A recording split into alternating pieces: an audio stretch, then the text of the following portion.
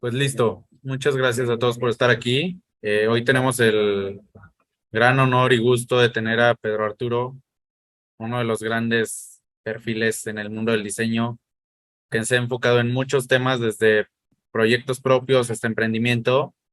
Entonces, pues gracias a todos por su tiempo. Les voy a dar una breve introducción.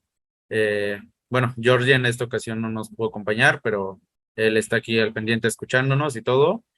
Así que pues nada, Pedro Arturo Ruiz es graduado de la licenciatura de Diseño Industrial de la Facultad de Arquitectura de la UANL en el 2016, con estudios en arte aplicada en la Universidad del País Vasco en el 2013. Su experiencia en consultoría y corporativo le ha permitido enfocar su práctica independiente al desarrollo de productos, servicios estratégicos y dirección creativa para clientes de alcance internacional.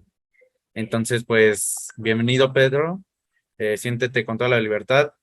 Estamos aquí para escucharte.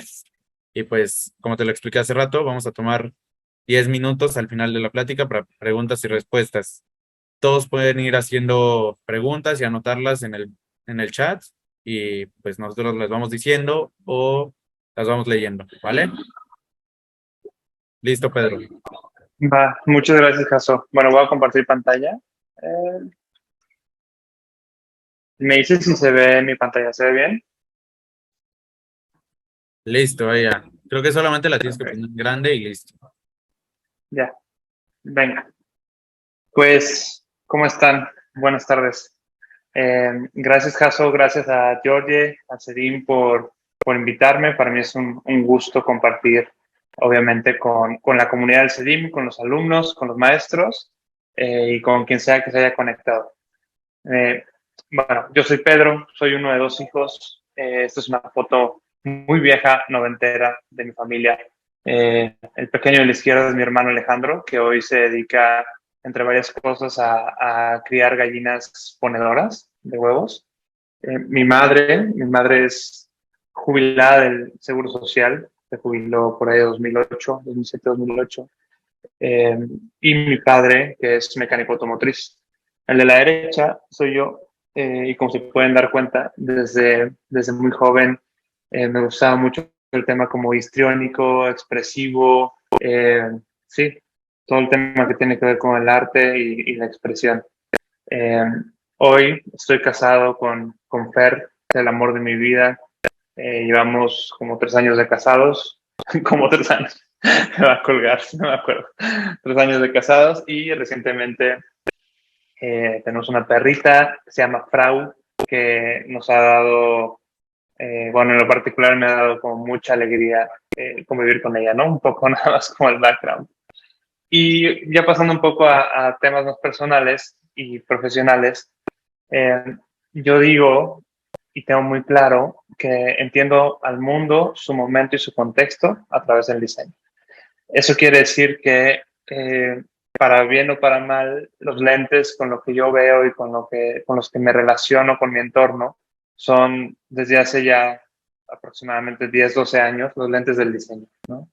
Y esto se ha fortalecido con todas estas experiencias que se han dado gracias a mucho trabajo, a mucho esfuerzo, a ser un poco un nerd, como decimos, un teto, de entregar las tareas, de trabajar muy duro. Eh, y bueno, todo empezó viniéndome a estudiar a Monterrey, a la Universidad Autónoma de Nuevo León, una escuela que quiero mucho, una comunidad que también quiero mucho. Después trabajé en el estudio de Jorge Diego Etienne, aquí también en Monterrey, trabajé con él 3 años, del 2013 al 2016, donde aprendí de trato con el cliente, evolucionar los proyectos, obviamente los hard skills se fortalecieron y de ahí me brinqué a un tema mucho más corporativo en Whirlpool. Whirlpool GCD es el Global Consumer Design, que desde hace ya muchos años tienen un estudio de diseño aquí en Monterrey, específicamente en Apodaca, cerca de la planta. Y bueno, ahí estuve 2 años y medio y fue una experiencia súper gratificante, súper intensa, en donde no nada más entendí cómo el diseño industrial se inserta en estas cadenas de valor eh, industriales y como súper potentes, sino también toda la parte como técnica y de comunicación de diseño pues se fortaleció muchísimo, ¿no? Hice grandes amigos y tuve la oportunidad de viajar a 4 de los estudios, uno que está en Estados Unidos, que es el Central, otro en Italia y otro en Brasil, desde los cuales tuve la oportunidad de diseñar con los equipos locales estrategias, productos, etcétera, ¿no? Posterior a eso, cumplí un sueño de niño, que era hacer la maestría de diseño de transporte en lo que yo considero que es el mejor programa del mundo, en la Hochschule Pforzheim, el Master of Arts in Transportation Design.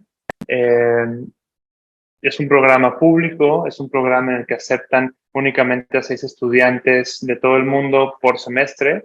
Entonces la competencia pues es altísima, ¿no? Para mí fue un logro personal muy fuerte haber entrado a esa universidad y a ese programa, puesto que yo venía de una experiencia eh, pues muy diferente a la de mis compañeros, ¿no? De una escuela que tiene un enfoque muy industrial a pasar por consultoría, que en ese momento tendríamos puros clientes en México, y luego pasar en Whirlpool, que en sí el enfoque es, digamos, electrodomésticos, ¿no? Entonces toda esta parte como compleja que involucra el car design, como que nunca lo había hecho de manera profesional o de manera como metódica, era muy pasional, muy libre y como que no había tenido una preparación tal cual. Entonces, haber sido seleccionado para entrar, pues es algo con lo que cargo con mucho orgullo. Hace un año, bueno, cuando empezó el COVID, me regresé a México para estar cerca de mi familia y de mi esposa y desde aquí me gradué o sea, hice mi tesis yo solo desde Pátzcuaro, Michoacán, que es donde resido ahora. Eh, y me distraje un poco por la pregunta que apareció. Pero bueno, me gradué yo solo desde México hace un año justamente y desde entonces pues me he dedicado a lo que yo le llamo ser adulto, que es pues dar servicios a mis clientes, capitalizar de todas estas como experiencias y maneras de ver y de hacer. Eh, También tuve la oportunidad de ya haber trabajado con clientes previo a la maestría, entonces ya iba un poco un camino andado que ahora pues estoy fortaleciendo y estructurando, ¿no? Eh, las dos áreas en las que yo me estoy involucrando tienen que ver con dirección creativa, que es dar forma, dar sentido y marcar una pauta estética y narrativa a los proyectos, ¿no? Normalmente creemos que una dirección creativa tiene que ver nada más con una colección o una marca, pero en el estudio, ahorita somos 3 personas, estamos atendiendo proyectos de agricultura, proyectos de moda, proyectos de manufactura, proyectos de, bueno, como específicos como bespoke para arquitectos. Entonces, bueno, son proyectos que involucran mucha parte como de definición creativa y después se traducen a diseño y desarrollo de producto en la que ya involucramos procesos de manufactura, proveedores, etcétera, ¿no? Estas mismas experiencias, pues, las he enfocado mucho, o más bien mi estrategia ha sido como crecer de manera horizontal. Eso quiere decir fortalecer diferentes áreas y conocer diferentes áreas en las que se involucra el diseño para eventualmente crecer de manera vertical. Entonces, se dan cuenta que un poco lo expreso esta parte de la dirección creativa como una parte mucho más estratégica, más limpia, más puntual, y la parte del diseño como esta parte más amorfa, más libre, más creativa, ¿no? Entonces, crecer en ambas áreas a diferentes ritmos, obviamente, pues me permite ser un poco como esta figura extraña, flexible, que desde mi punto de vista es una manera muy empática de ejercer el diseño, ¿no? Ser como muy consciente del contexto en el cual te vas a involucrar sin perder como este extremo creativo y esta manera que tenemos los diseñadores de provocar, ¿no? Pero al final, lo más importante de todos nuestros proyectos tiene que ver con hacer sentido, ¿no?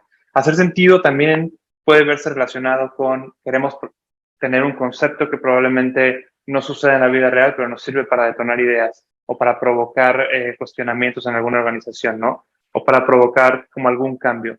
Pero también la otra es hacer sentido de la parte lógica de producción, de costos, de mercado, ¿no? Entonces, de nuevo, es nada más como fortaleciendo un poco lo anterior.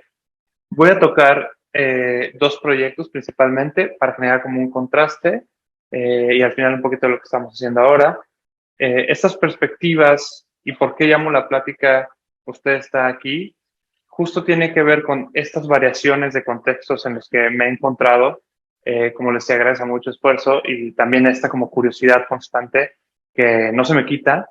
Pero bueno, me he dado cuenta que no puedes abordar todos los proyectos de la misma manera y tampoco todos los proyectos tienen el mismo objetivo. Entonces, esta parte que les decía de hacer sentido tiene que ver con empatizar, ¿no? Y darte cuenta que estás parado o estás para atender un proyecto desde una perspectiva única, ¿no? Y este proyecto que les voy a compartir tiene mucho que ver con conectar no nada más al cliente con los proveedores para que haya una manufactura del producto pues exitosa, digamos, con una cadena de valor súper bien conectada, sino también de conectar conceptos que suelen ser muy abstractos a un producto, a una forma que se vuelve el canal de este mensaje de esos conceptos, ¿no? Bueno, Bagual es un proyecto diseñado para la empresa PEMA, es una empresa argentina que se dedica a fabricar y distribuir productos para meditación, ¿no? Ya saben, estos procesos de introspección, de silencio, de autoconocimiento, ¿no? Y el proyecto para el que me involucraron, que incluso fue antes de que PEMA como empresa sucediera, y incluso el proyecto involucra un poco de dirección creativa, consultoría de diseño y como estas conexiones con proveedores, desarrollo. Empezamos con el tema de un SAFU, ¿no? El SAFU es un cojín para meditar, y un cojín para meditar normalmente es un cilindro pequeño, un asiento pequeño, y una de las preocupaciones más fuertes de este proyecto tenía que ver con que pues, es un cojín normal, ¿no? Y yo empujaba mucho porque fuera un cojín normal, pero muy bien hecho, ¿no? Y al final el cliente siempre tiene esta cuestión de, nosotros tenemos memes de echarle más diseño, pero en realidad es como encontrar una diferenciación muy clara, ¿no? ¿Cómo podemos dar valor a un círculo? Pues a través de un proceso de análisis mucho más profundo, ¿no? Entender principalmente el mercado, a lo que aspira, qué es lo que observa, con qué se rodea, el tipo de energía, en este caso, con la que convive, el tipo de estética, los escenarios en los que están, y principalmente en estos productos, eh, qué es aquello que lo influye, ¿no? O sea, aquello que permite aquello que permite influirle como en su día a día y en su práctica, ¿no? Entonces, en este tipo de imágenes que yo dedico, o sea, en el proceso de diseño, dedico bastante tiempo a elegir las imágenes adecuadas. Lo que busco es contrastar escenarios. Si se fijan, es igual una mujer de diferentes edades, de diferentes nacionalidades, practicando de diferentes modos, ¿no? Justamente es como contrastar estos escenarios. Y a través de este entendimiento, que no nada más fueron imágenes digitales, sino que también tuvimos prácticas con el cliente que se dedica también mucho a meditar y a la medicina natural, este tipo de cosas, eh, definimos que el tipo de productos tiene que ver con aquello que es muy sensorial, son productos que consideran preciosos porque son productos que los acompañan en esta práctica, por ende son productos muy íntimos y también al tratarse de estas prácticas como silenciosas, de mucha luz, también tratan de ser discretos, ¿no? No son estos objetos como súper protagonistas, súper expresivos. Justo durante el proceso tuvimos varias juntas muy padres, muy interesantes. Unas de ellas sucedieron aquí en la Huasteca. Y en esas juntas, por lo que intentábamos era como rodearnos de este ambiente que envuelve a la meditación y estas prácticas de la medicina natural, conectar un poco como con la naturaleza.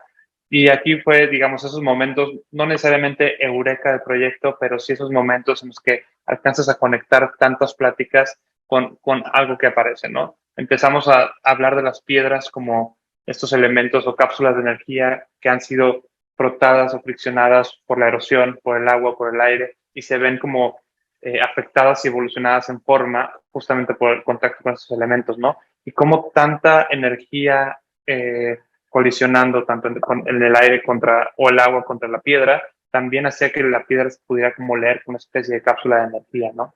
Y empezamos a asociar, a empezar a relacionar este tipo de productos con otros mundos que pudieran ser un canal o una ayuda para traducir y conectar con el mercado, ¿no? Entendemos en la izquierda como estos similares, como productos más de hogar, como cojines también monolíticos, muy simples, con una silueta redonda, y a la derecha otro tipo de objetos que también se relacionan con el hogar, pero tienen una actitud, como decíamos, ¿no? Más honesta, más cruda, un poco más equilibrada.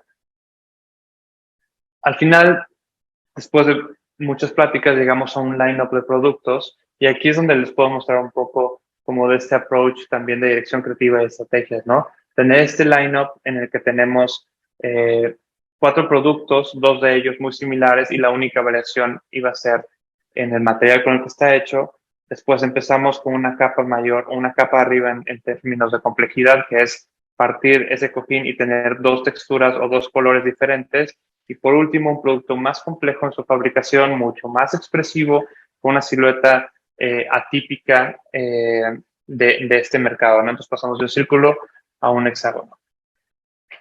Me voy a enfocar en el hexágono, que digamos que es aquel producto que llevó un poco más de, sí, pues más de proceso, más de análisis, más de desarrollo, y bueno, un poco el tipo de exploraciones que nosotros como diseñadores por las cuales tenemos que pasar. Y si se fijan, hay como esta variedad de dibujos, ¿no? Hay dibujos que son muy esquemáticos, muy rápidos, que nos permiten vaciar nuestro cerebro, y un poco de dibujos un poco más artísticos, y aquí arriba a la derecha tenemos uno que es un poco más descriptivo, casi como de la solución que voy a tener para mi patrón en este caso, ¿no?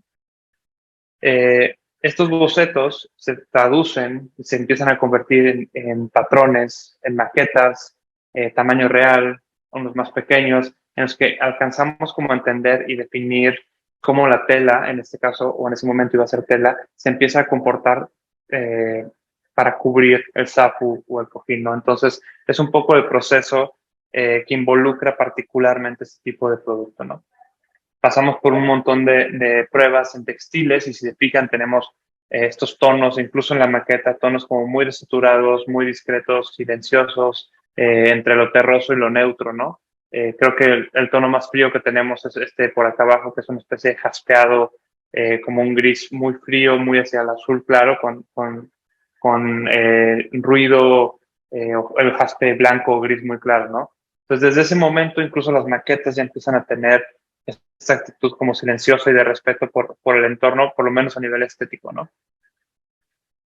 Pero nos empezamos a dar cuenta que si seguíamos como trabajando con colores únicos o como con colores muy sólidos o telas, digamos, como genéricas de tapicería, seguíamos como manteniéndonos un poco como fuera de esta diferenciación, más bien no encontrábamos esta diferenciación tan clara, ¿no?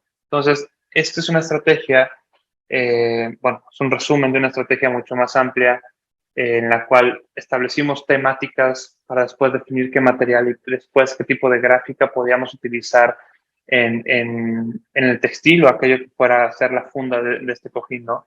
Y empezamos a hablar de conceptos que tienen mucho que ver con la meditación y este tipo de prácticas, ¿no? La energía, que ya hablábamos de que las piedras son cápsulas de energía, la tierra, que es como esta conexión pues con la naturaleza, con aquello de donde venimos, el mindfulness, que es este espacio y tal vez expresarlo a través de geometrías como muy puras, muy limpias, y por último lo vegetal, habla de origen y habla de vida.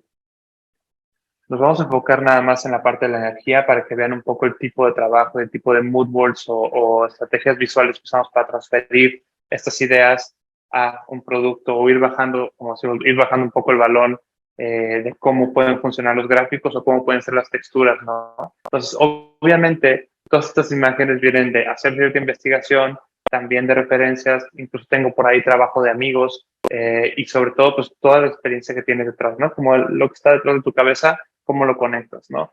A la izquierda tenemos como estos espacios como no necesariamente muy limpios, pero sí crudos, de tonos muy desaturados, con acabados, digamos, naturales o crudos muy honestos. Y es como el tipo de espacio o ambiente en el cual quiero o con el cual quiero que mi producto se identifique. Y a la derecha tengo ejemplos de texturas, materiales, sobre todo, yo le llamo como Design 101, ¿no? Como estas capas del diseño, textura, ritmo, movimiento, el material que puede expresar el tipo de mensaje que quiero, ¿no?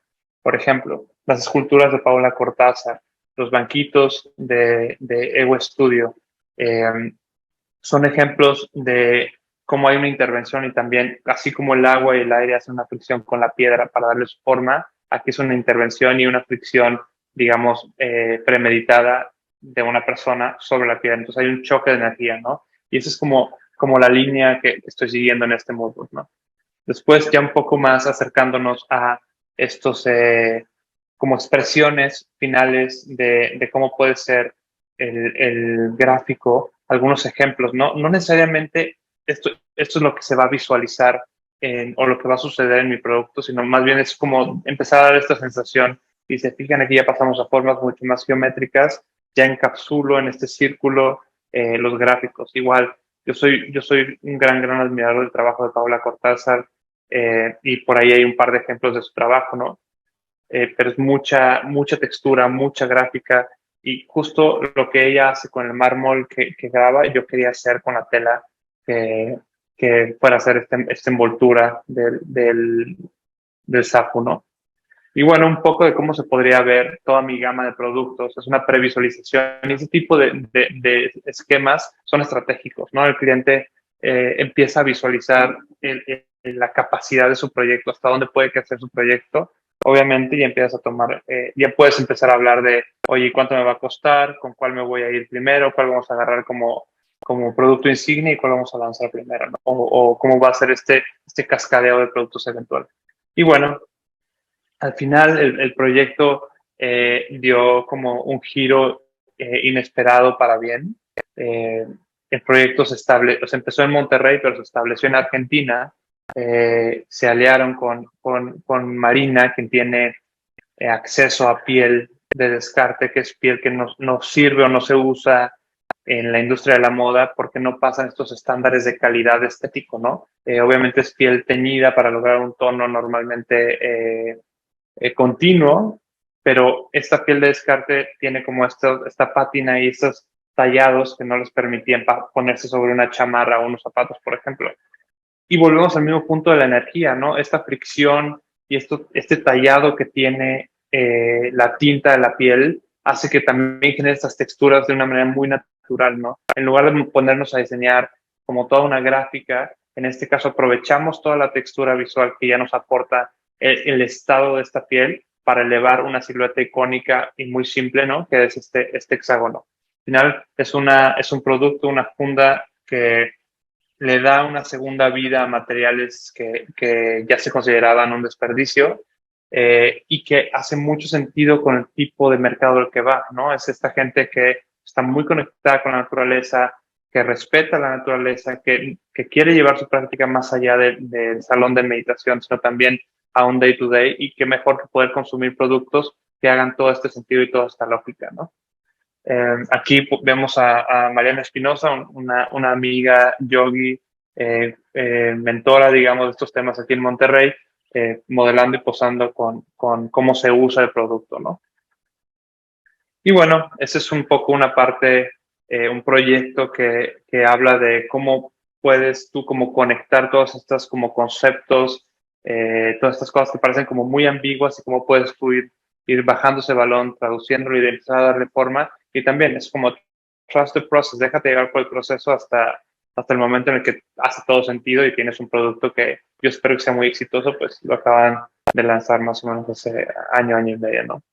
Este segundo proyecto es un proyecto de una escala físicamente mayor, es un proyecto conceptual, es la tesis de mi maestría, y el concepto bajo el cual lo trabajé, aprovechando la plataforma que es este programa, es esta idea como de provocar, ¿no? Yo era el único latinoamericano en ese entonces, creo que soy el segundo mexicano en estudiar esa maestría, y me llamaba mucho la atención cómo es que en otros países, sobre todo el primer mundo, que es donde se educa, donde se enseñan este tipo de cosas, eh, se piensa como en estos escenarios como ideales, perfectos, casi idílicos, donde los contextos urbanos son, digamos, muy controlados o muy bien planeados, ¿no? Donde la gente sigue las reglas, donde se cuida el transporte público, donde se respetan pues sí, todas estas dinámicas de movilidad, ¿no? Pero yo tomé esta oportunidad un poco para hablar o para lanzar una piedra y decir, ¿cómo me imagino yo que puede ser este tipo de conceptos en países como el nuestro, ¿no? Como México, aprovechando también que estaba ya en México y con todo esto como muy fresco, ¿no? Como una cercanía al contexto nacional en ese sentido, ¿no? A partir justamente de eso, también ejercicio personal de observación, ¿no? Como de estas como actitudes que tiene la gente hacia su relación con sus vehículos, ¿no? Obviamente, estas como disparidades económicas, pues también nos hacen muchos hacer esto que llamamos mexicanadas, pero al final del día son pues maneras de sobrevivir y seguir como vigente y generando y trabajando, ¿no? Me llama mucho la atención que en Guadalajara hay como estos sectores también donde hay como tuk-tuks, como estos camioncitos pequeños, son motos en realidad, se usan mucho en India y el resto de las fotos, creo que sí, bueno, el de la izquierda es una grúa hechiza en Baja California, que es como un mismo chasis con dos camionetas Ford, pero de diferentes épocas, una de los 80s, una de los early 2000s y una grúa de PTR, ¿no? Como esta actitud de, pues si no me alcanza para comprarme una grúa, pues una grúa, pues me la hago yo, ¿no? Y en el extremo derecho tenemos este Jetta, es un Volkswagen Jetta, que en lugar de tener como estos racks de marca, como de equipo original, pues le pusieron una especie como de tarima, ¿no? Y al final yo sigo pasando por esa calle y está el dueño de ese Jetta con cosas arriba de esa tarima. Y abajo, pues un ejemplo similar con esta Nissan estaquitas, bueno, no tiene estacas, pues el mismo modelo, cargando estos asadores o anafres y retacándolo hasta arriba, casi que rompiendo las reglas. Yo no tengo idea de si esto es legal o no, pero me parece como muy divertido cómo la gente aprovecha la capacidad máxima de sus vehículos. Y en la izquierda, un señor que destrozó una Silverado, él dice que es una Silverado, y pues va muy orgulloso en este vehículo que tiene como una especie de exoestructura que al final es el chasis, ¿no? Y bueno, de este tipo como de inquietudes es de donde parte este proyecto. Estas fotos que les acabo de mostrar las tomé después de graduarme, después de tener como pues sí, esta chispa, esta curiosidad. Y el proyecto se llama Bicho. Se llama Bicho porque es un objeto que no entendemos muy bien, es algo que no alcanzamos como a definir porque no estamos acostumbrados tal vez a ver un objeto con estas cualidades. Puede ser también algo como fuera de este planeta, en el sentido de que no lo reconocemos, ¿no? Y bueno, es un poco tomando esta frase de, mira, ¿qué es ese bicho, no? O preguntándote, tratando de definir algo, ¿no? Es un producto o un vehículo conceptual, obviamente, que intenta o propone una plataforma autónoma nivel 5. Eso quiere decir 100% autónomo en un contexto casi robotizado para las ciudades inteligentes en países como el nuestro en el futuro, ¿no? Digamos, Ciudad de México, Guadalajara, Monterrey, León, Puebla, Querétaro, que ya sucedan o empiecen a comportarse o tener toda la infraestructura digital y de interconectividad entre vehículos y la misma ciudad, ¿no? Como les decía, empezó con ese tipo de observaciones, como que me llamaba mucho la atención que los vehículos autónomos se conceptualizaran, se probaran y se manifestaran en contextos muy controlados. A ver, también suena naif y como un poco infantil decir, es que ¿por qué no lo hacen en México? ¿Sabes? Entiendo que se necesita capital, se necesita cierto orden y se necesita como reducir el riesgo, ¿no? Pero creo que era como una oportunidad para preguntarnos qué pasaría si los probáramos también casi que desde un inicio en contextos pues como el nuestro, ¿no? Como una ciudad en México, como India, como Nueva Delhi, ¿no? Que vemos ahí toda esta como súper saturación y densidad de muchos tipos de vehículos y cómo la gente se relaciona con ellos, ¿no? Esos tuk-tuks pintados de diferentes colores, casi que son un ecosistema en sí mismos cada uno. Y bueno, también qué pasaría en lugares como Curitiba, que es donde fue estos países, digo, estas ciudades pioneras en Latinoamérica en temas de interconexión de movilidad, ¿no? Como, transporte multimodal. Y a partir de estos como cuestionamientos, bueno, en lugar de yo sentarme a dibujar como normalmente se hace en CAD Design, que te pones a explorar estas formas de manera muy libre, tratando de buscar un lenguaje que podamos expresar la marca, yo me di cuenta que hacer un vehículo que probablemente fuera a suceder en servicio de la gente como transporte público, necesitaba conocer realmente cómo es que la gente se mueve y cómo interactúa con la infraestructura, ¿no? Lo primero que nos pasó es que viajamos a Ciudad de México, mi esposa y yo, y en la primera noche nos robaron los espejos de los tapones de la camioneta. Entonces ahí empiezas como a decir, órale, pues es un chorro de esfuerzo comprarte una camioneta o un carro para que en un segundo o en una noche te puedan robar algunos de los elementos y ya se les reduzca el valor. Si de por sí, en cuanto compras el vehículo ya se empieza a evaluar, parece que también estacionarlo hace que pues corras un riesgo mayor, ¿no? Y tu vehículo o tu patrimonio, digamos, empieza a reducir su valor. Y después observaciones, bueno, y ahí empiezas como a cuestionar temas de seguridad y de ownership, ¿no? Como decir, realmente quiero tener este gasto, eh, hasta dónde voy a estirar los gastos con este tipo de productos, ¿no?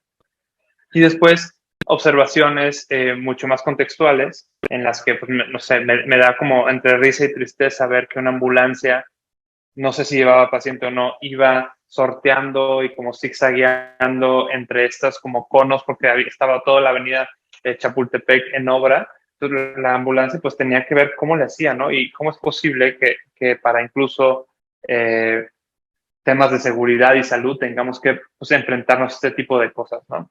La gente cómo se apropia de las calles, cómo no respetan las vueltas en U, que al final pues nos estamos reduciendo a la decisión de las personas y de su humor, ¿no? Entonces, desde esa perspectiva, un transporte público autónomo, obviamente en un contexto más controlado, suena como una muy buena idea para estos países, ¿no?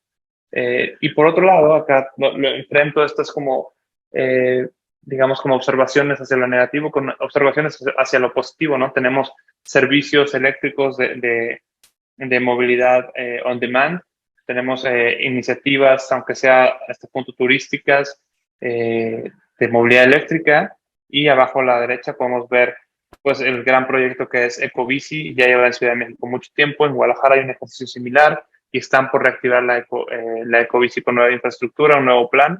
Y bueno, es padrísimo ver cómo si hay gente que lo usa y está acostumbrado, ¿no? En otros países es, digamos, como el pan de cada día. O también durante este tipo de observaciones, pues me doy cuenta que no siempre se cumplen las reglas, ¿no? Como hay como estas actitudes un poco rebeldes en las que eh, hay áreas donde no puede entrar de manera legal, no hay permiso para que los autobuses puedan circular y aún así la gente se organiza para que haya autobuses, ¿no? Como los autobuses, como este rojo que vemos aquí, van muy lento por las avenidas, la gente se sube y se baja sin siquiera el autobús deteniéndose. Y ahí es donde encontré esta fotografía de Hans Gutmann, un fotógrafo alemán que curiosamente le llamaban Juan Guzmán, como de apodo, donde le toma fotos a esta gente viajando como de mosca, ¿no? O sea, afuera del autobús, arriesgando un poco la vida, o probablemente el vehículo iba a baja velocidad, pero bueno, van ahí como viajando, digamos que gratis, sin necesariamente subirse al vehículo. Y lo enfrentamos con este otro lado de, pues sí, como que parece muy ideal vivir y depender un poco del transporte público, pero hay puntos en los que es tanto el uso del transporte público que ya corres como ciertos riesgos, ¿no? Lo que pasa en el Metro Ciudad de México, desconozco en otros, pero en el Metro Ciudad de México hay como estaciones que no es que se hayan apropiado de ellas, pero sí de algún modo como que las habitan grupos, no necesariamente pandillas, pero sí grupos que ahí tienen sus altercados. Luego lo que pasó el 3 de mayo de 2021 que se cayó la línea 12 y es como un poco esta insatisfacción y descontento de decir, bueno, pues no me puedo comprar un carro, pues me subo al transporte público, pero ya nada te asegura que funcione, ¿no? Y bueno, después un poco entender qué tipo de gente estaba por las avenidas que yo estaba caminando, fotografiando, entendiendo. Y bueno, pues me doy cuenta que son zonas súper densas donde pasan temas desde turismo, paseo, comercio, trabajo, transporte de mercancía. Entonces, todas estas como necesidades, obviamente es muy difícil abordarlas con un producto en específico, ¿no? Pero si pensamos en una plataforma, no en un producto, tal vez podemos ofrecer una solución muy versátil para diferentes perfiles, ¿no? Y bueno, previo a pasar ya a lo que es un poco como contrastante del proyecto, es que hay muchas reglas en el tema del diseño automotriz, ¿no? Al final son productos que tienen que atender, digamos, a las tendencias y a lo que la gente está acostumbrada a consumir, ¿no? Y también echar mano a las tecnologías que ellos tienen. Pero hay cosas que empiezan ya a estar como sobrediseñadas, sobreproducidas, formas como muy complejas, experiencias que realmente son innecesarias. Pero bueno, creo que para no consumirlas necesitas un nivel de conciencia diferente, ¿no? Como que entiendo todas estas partes y necesidades de personalización, pero siento que hay productos que no lo necesitan Y de lo que no nos damos cuenta es que todos estos acabados, todas estas lucecitas, todo el bling bling, que si la luz direccional se prende como con ritmo, que si la jaladera es un pop-up, todo eso sí a nivel diseño es muy interesante, pero también te lo cobran.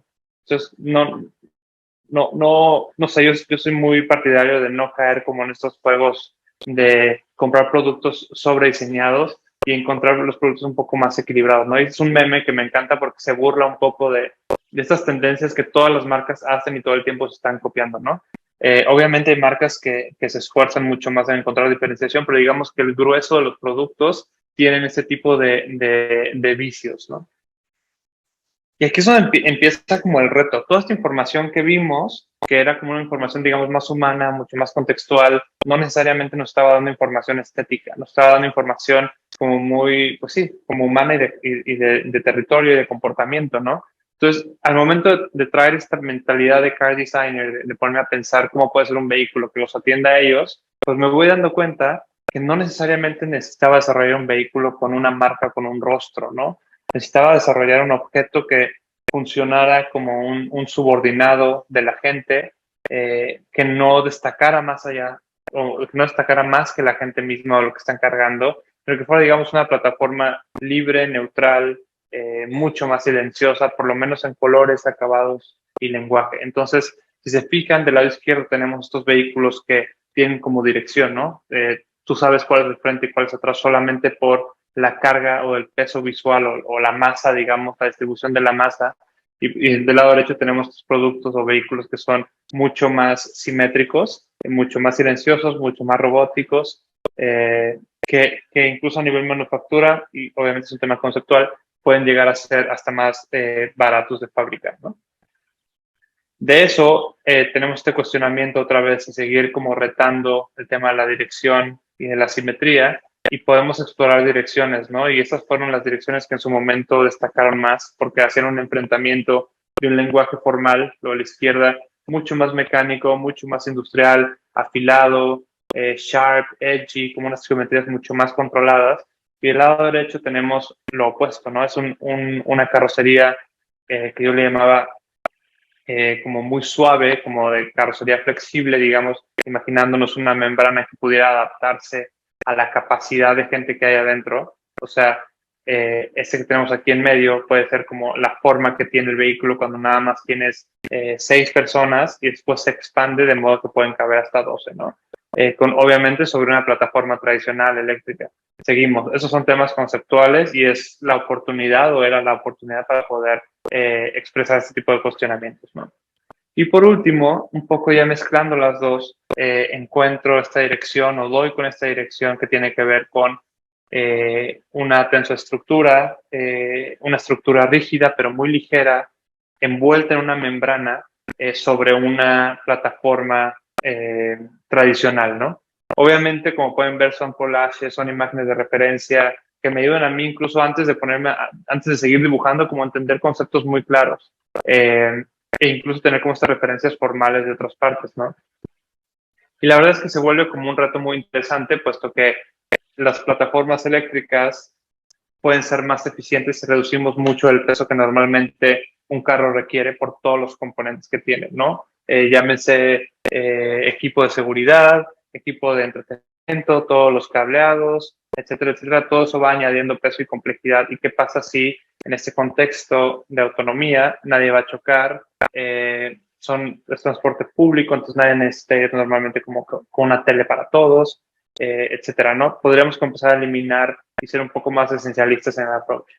Y ahí empiezan este tipo de exploraciones, son exploraciones, de nuevo, como formales, no necesariamente libres, puesto que ya traes tú como esta influencia de lo que acabas de ver y de lo que quieres resolver, pero me ayudaron a mí a entender un poco cómo se iba a relacionar la estructura con las membranas, ¿no? Por lo menos a nivel esquemático.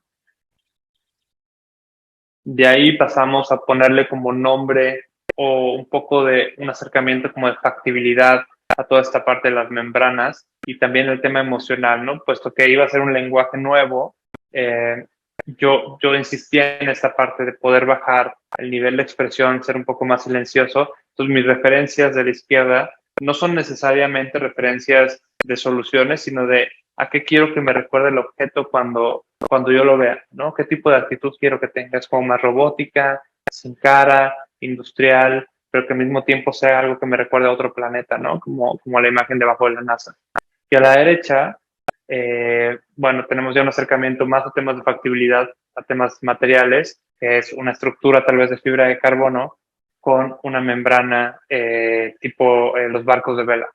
Eh, Ahí me pasó algo muy curioso porque yo quería que fuera una estructura tubular, ¿sabes? Como completamente un tubo redondo o alguna extrusión como especial, pero bueno, como que hacer un programa de diseño de transporte te empuja a utilizar materiales asociados a la industria, ¿no? Entonces ahí se empieza como un poco a distorsionar el approach, sobre todo en términos de costo, pero bueno, me atreví a poner como estas opciones metalmecánicas que podrían ser una solución, ¿no? Después ya empezamos a traducir esas formas a un objeto más familiar o más relacionado con el proyecto, que es un vehículo, ¿no?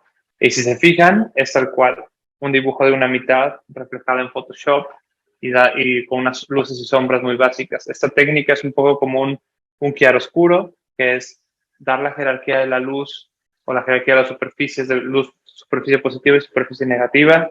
La positiva es blanca, que es donde hay luz, y la negativa es más oscura, que es donde hay sombra, ¿no? Justamente para empezar a entender este volumen y empezar a traducir esos conceptos a un vehículo familiar. Y desde aquí estamos viendo que es un vehículo grande, es un vehículo amplio, no es un carro de lujo, no es un camión, es una cosa como intermedia entre una van y un autobús.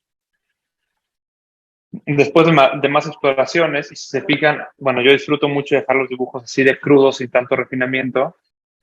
Me parece mucho más honesto y me permite no viciarme durante el proceso.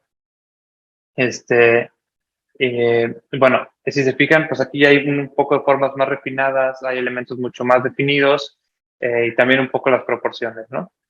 Y después pasamos a hacer unos modelos rápidos en softwares de polígonos tipo Blender. Este es Maya, es el software que usan en Pixar, pero bueno, en Car Design se usa justo para hacer bocetos, ¿no? Como se llama Sketch Model, y a mí me ayuda a tener también una definición mucho más clara de proporciones y tamaños y empezar a hacer montajes, ¿no? Es esto de ir y venir, ¿no? Ir y venir entre el boceto a mano, la visualización 2D y la 3D.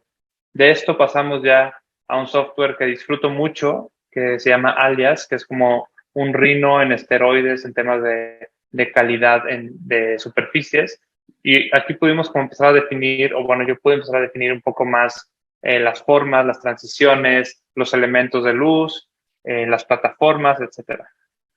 Y bueno, ese es el resultado del proyecto. Si se fijan, es un vehículo, es un monovolumen, es una cápsula de vidrio con una exoestructura que la sostiene y la mantiene, digamos, ensamblada, y al mismo tiempo está envuelta en una membrana ligera, o por lo menos más ligera que paneles de acero. Todo esto sobre una plataforma más tradicional, puesto que es un vehículo eléctrico. Todos los componentes eléctricos están tanto en la plataforma como entre las ruedas, y está compuesta por esta como burbuja de cristal con paneles solares arriba, para que sea un espacio como muy amplio y que pueda tener esa transparencia que también te da seguridad. Y tenemos dos plataformas entre las ruedas que permite a la gente subirse como moscas. ¿Se acuerdan de esa foto de Hans Gutmann? Se pueden subir como moscas, sentarse entre las ruedas y bajarse de manera segura, puesto que es un vehículo de baja velocidad. La estructura que sostiene la burbuja también se convierte en una especie de exoestructura que transforma en pasamanos para que la gente pueda interactuar o los pasajeros puedan interactuar de una manera como más segura también con la parte de las plataformas exteriores, ¿no? Y bueno, aquí una imagen un poco más descriptiva también con otra vista del objeto para que podamos ver la parte superior. Están las ventilas por donde, para la redundancia, se ventila el vehículo. Por ahí se alcanzan a ver las plataformas para sillas de ruedas. Digamos, es un objeto nuevo, más complejo y bueno, me enorgullece mucho el resultado después del trabajo y de cómo se lograron combinar tantas historias también con la parte técnica, ¿no? Y bueno, hace un mes y medio tuve la oportunidad de exhibir por fin mi tesis en Alemania, donde mucha gente de la industria fue y conoció el proyecto y como les decía, lo que más me gustaba, lo que más me interesaba era provocar a la gente que ve un vehículo como algo tradicional. Yo quería tratar de hacer algo completamente diferente y nuevo. Y pues justamente lo que pasó, no hubo gente que lo amaba, gente que se lo cuestionaba mucho, etcétera, etcétera. Pero bueno, fue un proceso que disfruté mucho.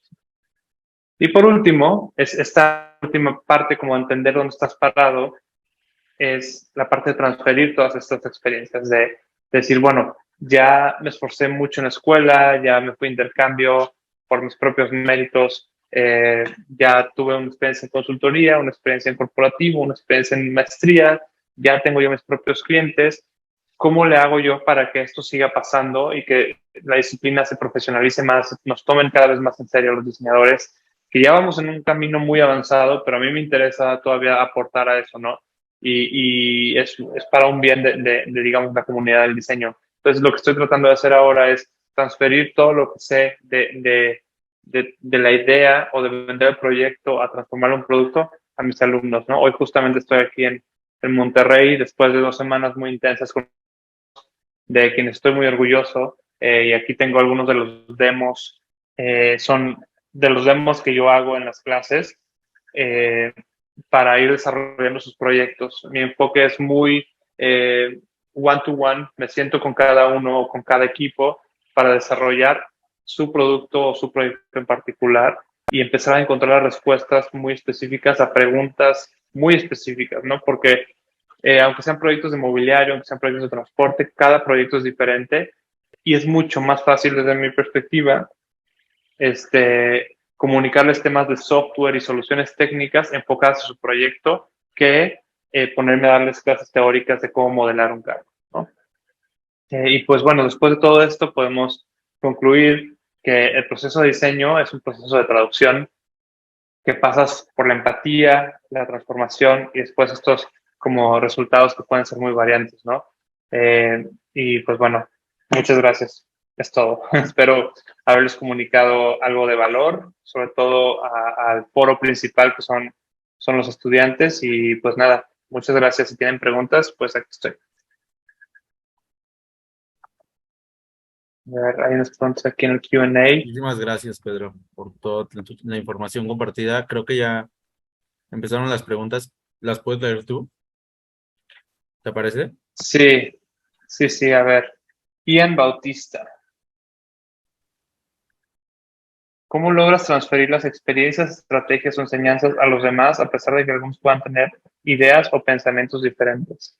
Pues es un proceso, digamos, amplio, largo y obviamente, como siempre digo, mucha empatía, mucho escuchar y tratar de encontrar los conceptos que puedan hacer sentido con el proyecto del cliente, ¿no? Eh, También cuando te contratan, normalmente es porque quieren tu propuesta, ¿no? Quieren tu propuesta para que des una opción a cómo resolver un problema, no necesariamente hacer algo más bonito o no. Entonces, eso de entrada ya es como una ganancia para tu proceso, ¿no? Y después son esto que viste tal cual, esquematizar, poder visualizar muy bien cómo están acomodadas las ideas, los lineups de productos, enfrentar un concepto con el otro y tomar decisiones en conjunto, ¿no? ¿En qué otro tipo de proyectos o áreas de la vida se pueden usar las estrategias mencionadas? La verdad es que yo lo uso para todo. Son estrategias muy flexibles. Eh, Casi que yo lo uso para todo, ¿no? Cada vez que, no sé, vamos a comprar un mueble o lo que sea, siempre, no es como que hago una tablita, pero tengo muy claro lo que estoy buscando en ese mueble o en ese objeto. Cuando vas a invertir en un negocio, cuando vas a cuando tienes 2 bodas el mismo día, tienes que hacer como este filtro y poderlos comparar. Yo creo que las maneras en las que yo aproximo el diseño me han permitido también aproximar las cosas de la vida diaria, ¿no? ¿Cómo es mi proceso creativo? Pues ustedes ya lo vieron, o sea, tal cual, muchas preguntas, mucha investigación y mucha confianza en las partes duras, ¿no? Que tiene que ver con dibujo, modelado 3D, visualización, collage, representación. Todo eso es como clave para poder transferir o comunicar tu idea, ¿no? ¿Qué es lo más importante al momento de conceptualizar? Empatía, lógica y hacer sentido. ¿Alguna otra pregunta? Creo que son todas hasta ahorita. Bel Hernández, soy tu fan. Gracias. Si que nos esperamos un poquito más para las preguntas. Pedro, ¿quieres quedarte a ejercer diseño en México o prefieres migrar? Qué bonita pregunta. Cuando era estudiante siempre soñé con irme. em, todavía me gustaría irme, pero no por no querer trabajar en México, sino porque todavía estamos en un momento en el que no tenemos los proyectos de los que yo sé que soy capaz de abordar, porque ya viví algunos. Y quiero estar con la gente top del mundo haciendo proyectos top. Pero eso no quiere decir que prefiera eso a lo que estoy haciendo hoy. Me encanta venir con los alumnos, me gusta mucho dar clases, me gusta mucho estar en Pátzcuaro, que es donde vivo hoy, con mi familia, con mi perrita, con los proyectos que estamos haciendo allá en términos de la empresa textil que llevamos. Y en términos de consultoría, la verdad es que también estamos disfrutando mucho, Claudia, Iván y yo, que somos el equipo. La verdad es que no le tenemos miedo a los proyectos, tenemos una dinámica súper abierta, súper como amigable entre nosotros y también pues atendemos proyectos, digamos que en todo el país de manera remota, ¿no? Entonces, lo que me llena de orgullo ahorita es que estos procesos que ya aprendí y este nivel al cual estoy acostumbrado, llevarlo también a la calidad de mis entregables con mis clientes y que eso los provoque un poco a también a avanzar y seguir creyendo en lo que los diseñadores podemos hacer y para sumar, ¿no?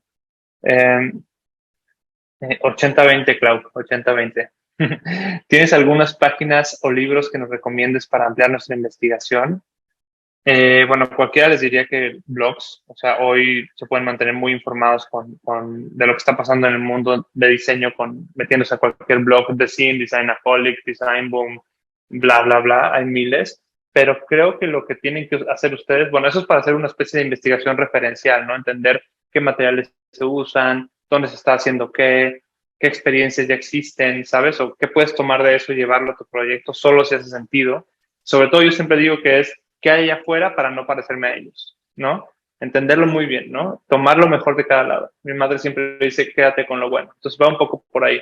Pero yo creo que la investigación tiene que ser mucho más personal. Tienes que indagar más allá de temas de diseño, tienes que clavarte en el taller, pues una investigación material puede ser una investigación como muy contextual, muy humana, ¿sabes?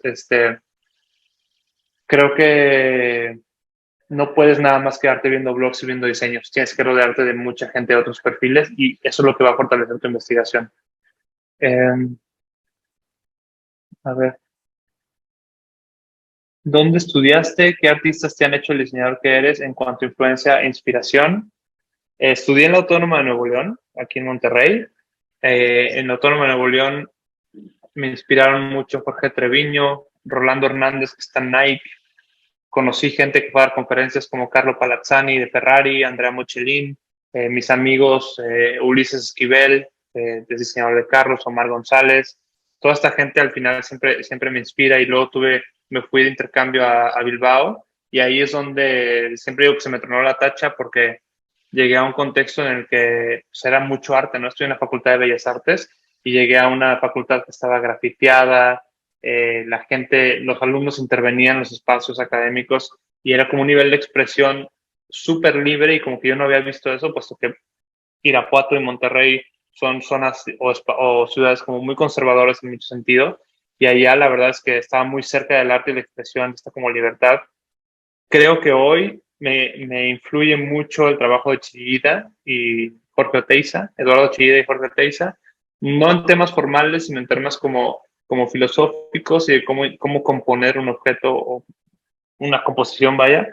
Y después durante la maestría, pues mis compañeros y o sea, es que no sabes, me sentaba junto a gente que venía de Audi, de Mercedes, ya con mucha experiencia y su capacidad de hacer, la verdad es que fue súper inspiradora y me dio también a mí como cierta libertad en términos técnicos, ¿no? Creo que lo que más te inspira siempre es pues, la persona. Eh, ¿Cómo le haces para balancear tu día en cuestión de tiempos y con tu trabajo? Pues hoy tengo un team, una mano derecha que me ayuda. Están pasando muchas cosas todo el tiempo y al final, pues eres un ser humano y haces lo que alcances, pero pues intento, pues sí, justo dar lo mejor de mi capacidad en ese momento y contar con alguien de mucha confianza para soltar un poco de cosas, sobre todo más operativas, ¿no? Y bueno, pues creo que son todas las preguntas. Pues sí, creo que son todas, Pedro. Pues nada, Mil gracias por todo tu tiempo, por todas tus palabras, Gracias. esa emoción que nos compartiste, una parte de ti, obviamente. Espero que pues todos se lleven lo mejor de esta plática y, y pues no sé, ¿te gustaría concluir con algún consejo o alguna frase que les quieras dar a todos? No, nada más que disfruten mucho su profesión y que sean profesionales con lo que hacen, ¿no? Creo que a veces en México tenemos como ese estigma de que es diseñadora de ser un flojo o se la de vivir marihuano, cosas así. Claro que no, o sea, los diseñadores somos profesionales y podemos ser muy serios, metódicos, estratégicos, y eso pasa en todos o sea, en muchos países del mundo. Las mejores empresas del mundo tienen departamentos de diseño y creo que ustedes también desde ahorita se lo tienen que tomar así de en serio, ¿no? Así de serio, pues. No es un juego, no venimos nada más a dibujar bonito, venimos a resolver problemas. Y, y bueno, si yo puedo como transmitirles esta pasión y este gusto por este tipo de trabajo, pues es lo más que puedo hacer, ¿no? Y pues nada, muchas gracias a todos.